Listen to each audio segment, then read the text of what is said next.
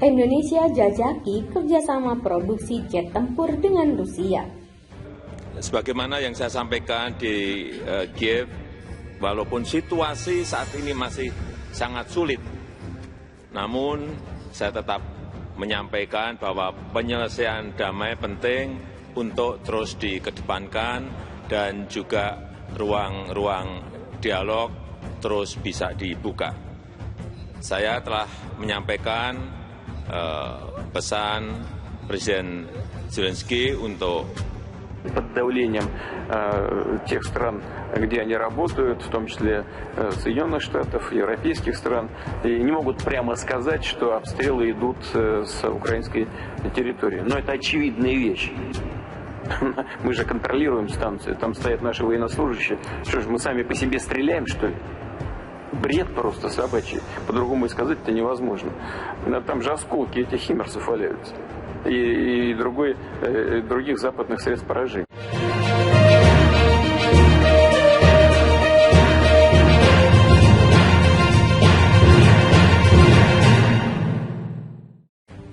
Pemerintah menjajaki peluang kerjasama produksi jet tempur YAK-130 dengan Irkut Corporation dari Rusia.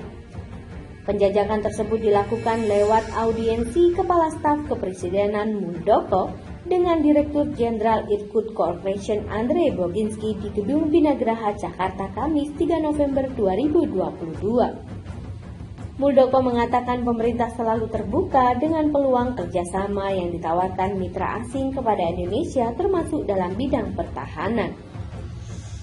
Sebagaimana pertemuan yang dilansir pada Jumat 4 November, Muldoko menyatakan bahwa merujuk pada kebutuhan sektor pertahanan, KSP mendukung dan siap menjembatani kerangka kerjasama yang akan dijajaki. Nanti ujung dari penjajakan itu ada di kebijakan Kementerian Pertahanan. Menurut dia, jet tempur YAK-130 memiliki reputasi yang baik karena keunggulannya. Tidak hanya bobot yang lebih ringan dari jet tempur lain, YAK-130 juga memiliki sistem kendali yang baik dan ketahanan yang tinggi.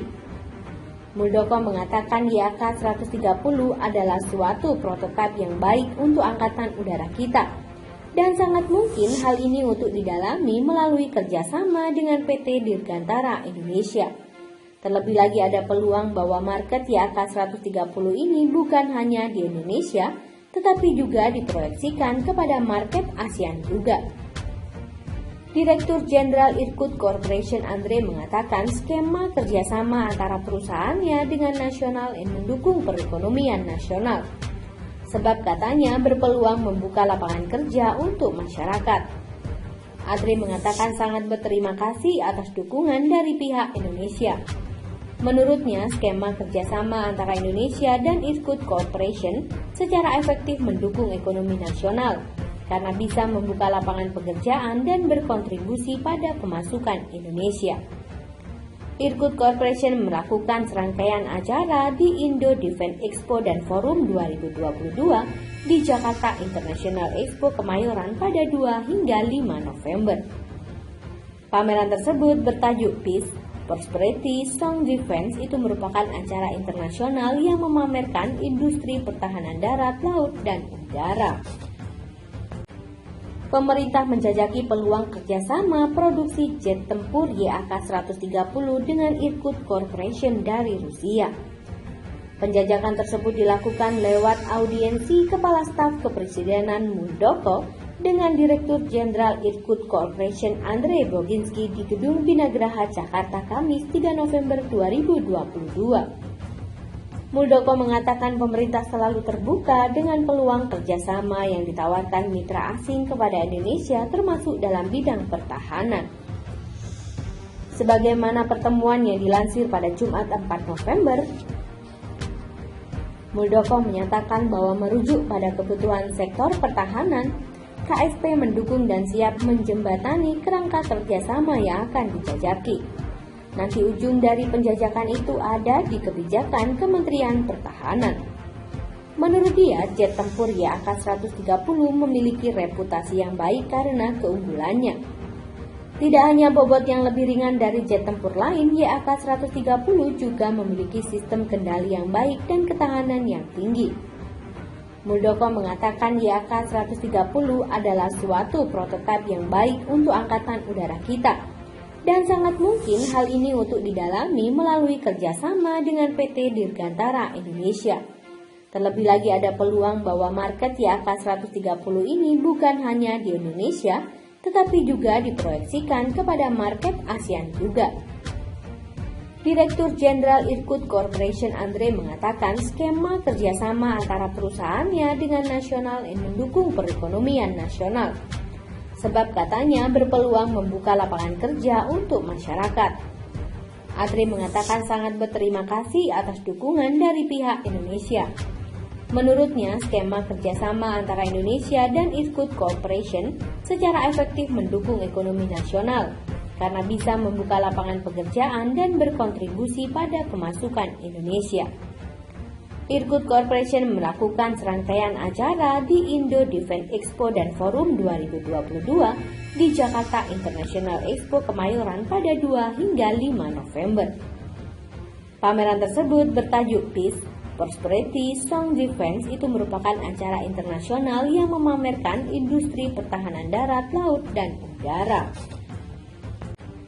Pemerintah menjajaki peluang kerjasama produksi jet tempur YAK-130 dengan Irkut Corporation dari Rusia. Penjajakan tersebut dilakukan lewat audiensi Kepala Staf Kepresidenan Muldoko dengan Direktur Jenderal Irkut Corporation Andre Boginski di Gedung Binagraha Jakarta Kamis 3 November 2022. Muldoko mengatakan pemerintah selalu terbuka dengan peluang kerjasama yang ditawarkan mitra asing kepada Indonesia termasuk dalam bidang pertahanan. Sebagaimana pertemuan yang dilansir pada Jumat 4 November, Muldoko menyatakan bahwa merujuk pada kebutuhan sektor pertahanan, KSP mendukung dan siap menjembatani kerangka kerjasama yang akan dijajaki.